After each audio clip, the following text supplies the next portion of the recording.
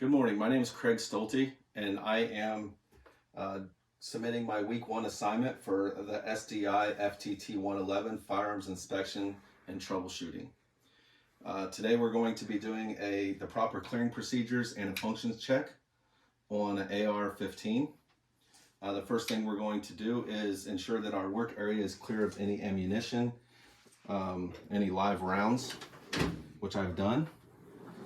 Now that I'm satisfied that there's no live rounds in my work area, I will ensure that, I will do a clearing procedures for this AR-15. The first thing I'm going to do is depress the magazine release button, which will release the magazine. I will inspect the magazine to ensure that there's no rounds in the magazine. I will pull the charging handle to the rear, locking the magazine to the rear, doing a visual inspection and a manual inspection of the chamber, and I'm satisfied that this weapon is cleared. All right, the next thing we're going to talk about is the order of operations and proper functions check of this firearm. The first thing we're going to do is the safety selector switch.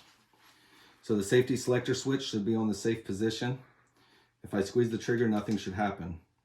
If I rotate the selector switch from safe to fire and squeeze the trigger, it should make a metallic noise. All right. At that point, I will charge the charging handle to the rear. Because there's no round in the magazine, the charging handle locks to the rear. So we're going to assume that I have a dummy round in the magazine, and I'm going to release the magazine forward. As I release the magazine forward, the bolt fire control group will connect with the lip of the round, removing that round from the magazine and letting it ride up the ramp into the chamber. As it reaches its end, the locking lug will rotate and lock the chamber into lock the casing and the round into the chamber.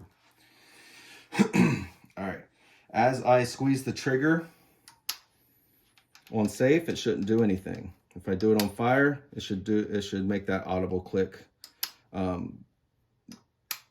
With the round locked into the chamber and the trigger squeezed, the firing pin will then hit the primer of the round, ejecting the bullet out the end of the gun. Because this is a gas operated system, as if it was a live round, as it was ejecting that, the gas pressure would force the bolt to open, unlocking the round.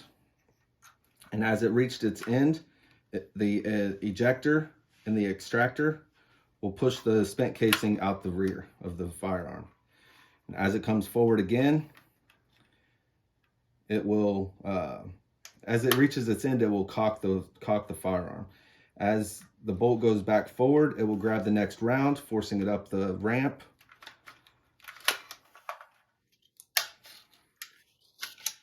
And it starts the cycle all over again.